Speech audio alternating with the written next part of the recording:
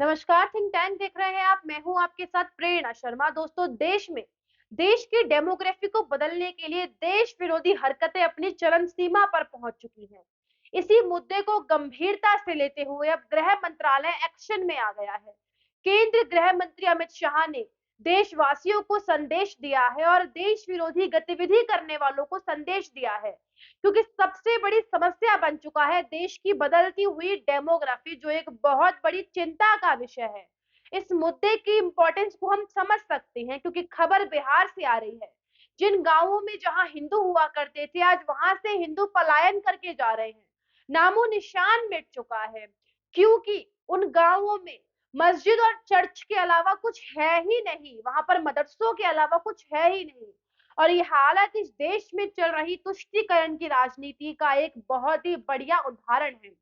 बिहार का कोई भी इलाका बांग्लादेश से नहीं जुड़ता, बावजूद इसके वहां पर बांग्लादेशी घुसपैठियों की संख्या तेजी से बढ़ती जा रही है, क्योंकि बिहार की सीमा पश्चिम बंगाल से लगती है और बंगाल में ममता की आड़ में किस तरीके से बांग्लादेशी घुसपैठिए फल फूल रहे हैं, ये हम सभी जानते हैं। तो आज केंद्रीय गृह मंत्री अमित शाह ने बड़ी चिंता जताई है और सबको जवाब दिया है, जो लोग देश की डेमोग्राफी बदलना चाहते हैं, क्योंकि ये एक बहुत बड़ा चिंता का विषय है। आपको बता दें, इस तरीके से बांग्लादेशी घुसपैठियों का दबदबा बढ़ गया है कि सीमांचल कहने वाले बिहार के उन जिलों में बांग्लादेशी और रोहिंग्या मुसलमानों के चलते एक बहुत बड़ा डेमोग्राफिक चेंज आया है। इन इलाकों में हिंदू अल्पसंख्यक हो गए हैं, जो गांव कभी हिंदू बहुल हुआ करते थे। आपको बता दें, बांग्लादेश और नेपाल की सीमा से सटे कुछ ऐसे राज्य ऐसे हैं जिन्हें हम सीमांचल के नाम से जानते हैं। यहाँ हिंदुओं की आबादी बहुत तेजी से कम हुई है। किशनगंज में हिंदू अल्पसंख्यक हो चुके हैं। आपको बता दें, दैनिक जागरण की एक रिपोर्ट के अनुसार साल 1951 से 2011 तक मुस्लिमों की साझेदारी 4% बढ़ी है। इसी अवधि में सीमांचल में ये आंकड़ा केवल 16% तक बढ़ा है। बंगाल के रास्ते बांग्लादेशी रोहिंग्या और बांग्लादेशी मुसलमान जिस तरीके से पश्चिम बंगाल में बस रहे हैं, और क्योंकि एक सीमा पश्चिम बंगाल की बिहार को छूती है, इसीलिए बिहार में अब बांग्लादेशी घुसपैठियों की जो संख्या है वो बढ़ती जा रही है। ये एक सोचने वाली बात है, और ये सोचने वाली बात इसलिए हो जाती है क्योंकि ये आबादी अल्लाह की देन से कम बढ़ रही है, बल्कि घुसपैठियों की देन है। असम, बिहार, उत्तर प्रदेश, बिहार, ये डेमोग्राफिक चेंज से सबसे ज्यादा ग्रस्त ये राज्य हैं। असम में भी घुसपैठियों को बसाने के लिए काफी मदद की गई थी, लेकिन अब विश्व शर्मा की सरकार इन लोगों को यहाँ से हटाने के लिए पुरजोर जोर लगा रही है। बिहार के सीमांचल की बात करें तो यहाँ के हर जिले में मुस्लिमों की आबादी बहुत तेजी से बढ़ रही है, जो एक चिंता का विषय है। इस कारण हिंदुओं की आबादी का परसेंटेज घट गया और कुछ तो पलायन कर गए। कटिहार में मुस्लिमों की आबादी 44% से ऊपर है, अररिया में 43% और पूर्णिया में करीब 39% हो चुकी है। सीमांचल के कई ऐसे जिले हैं जहां हिंदू अल्पसंख्यक हो चले हैं और बाद में प्रताड़ना से तंग आकर वहां से पलायन कर रहे हैं। अररिया के रानीगंज के रामपुर गांव में हिंदू पलायन कर दूसरे गांव में चले गए हैं। यहाँ हिंदुओं की आबादी थोड़ी ज्यादा है। ऐसे ही हालात योगी के प्रदेश यूपी में भी हैं। उत्तर प्रदेश पुलिस द्वारा भेजी गई एक रिपोर्ट के द्वारा पता चला है। रिपोर्ट में इनपुट बताते हैं कि पिछले कुछ सालों में मस्जिदों और मदरसों की संख्याओं में उल्लेखनीय वृद्धि हुई है। सीमा के दोनों किनारों पर बदलती डेमोग्राफी के चलते ये सारे मदरसों की संख्या में एक बहुत ही ज्यादा उछाल आया है।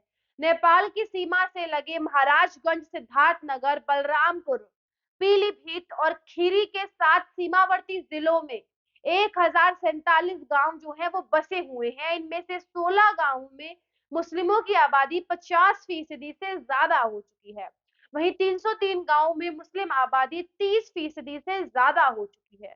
ये बहुत बड़ा चिंता का विषय है, जिस तरीके से देश में मुस्लिमों की संख्या बढ़ती जा रही है। और सबसे बड़ी बात, ये संख्या नेचुरली नहीं बढ़ रही है, ये संख्या बाहर से आई घुसपैठियों के द्वारा ज्यादा बढ़ रही है, जो बहुत बड़ा चिंता का विषय है। उत्तर प्रदेश पुलिस के द्वारा भेजी गई इस रिपोर्ट के अनुसार सीमावर्ती इलाकों में मात्र 3 सालों में मस्जिदों और मदरसों की संख्या में 25% तक बढ़ोतरी हुई है।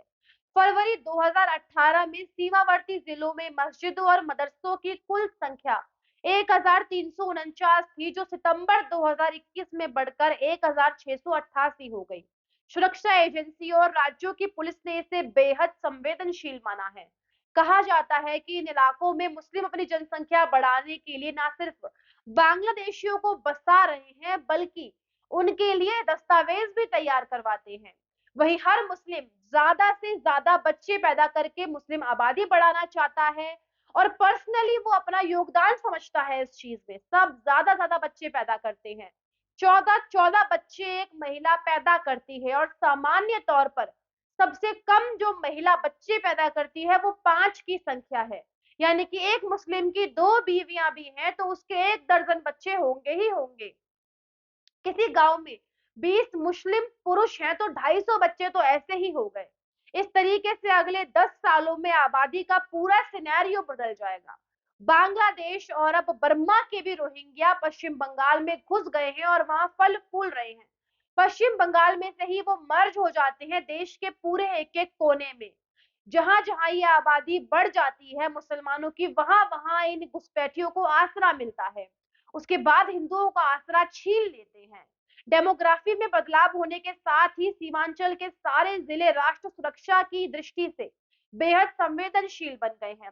तो ऐसे में केंद्रीय गृह मंत्रालय का चिंता जताना बिल्कुल सही साबित होता है। ठीक इसी कड़ी में केंद्रीय गृह मंत्री अमित शाह ने बुरी तरीके से जवाब दिया है देशवासियों को और देश विरोधी गतिविधियों में जो शामिल हैं, क्योंकि बहुत बड़ा चिंता का विषय है। क्योंकि घुसपैठ करने से लेकर जाली दस्तावेज भी बन रहे हैं और उन्हें बसाया जा रहा है और एक पूरा गिरोह काम कर रहा है तस्करों का। यह सवाल उठता है कि क्या इन लोगों की पहचान नहीं हो पाएगी? क्या सिर्फ वोट बैंक की राजनीति के लिए देश की सुरक्षा के साथ खिलवाड़ किया जाएगा? अब तक देश लव जिहाद से जूझ रहा था, लेकिन अब लैंड जिहाद से भी लड़ना पड़ेगा और सख्ती से लड़ना पड़ेगा। इस देश के नेताओं को केवल अपने वोट बैंक से मतलब है। केवल मोदी मोदी विरोध के चलते वो देश की सुरक्षा से खिलवाड़ कर रहे हैं। ऐसा नहीं होना चाहिए। आप इस खबर पर क्या राय रखते हैं, हमें कमेंट करके अवश्य ही बताइएगा। कल फिर मिलेंगे एक नए मुद्दे के साथ। तब तक के लिए देखते रहिए थिंक टैंक। नमस्कार।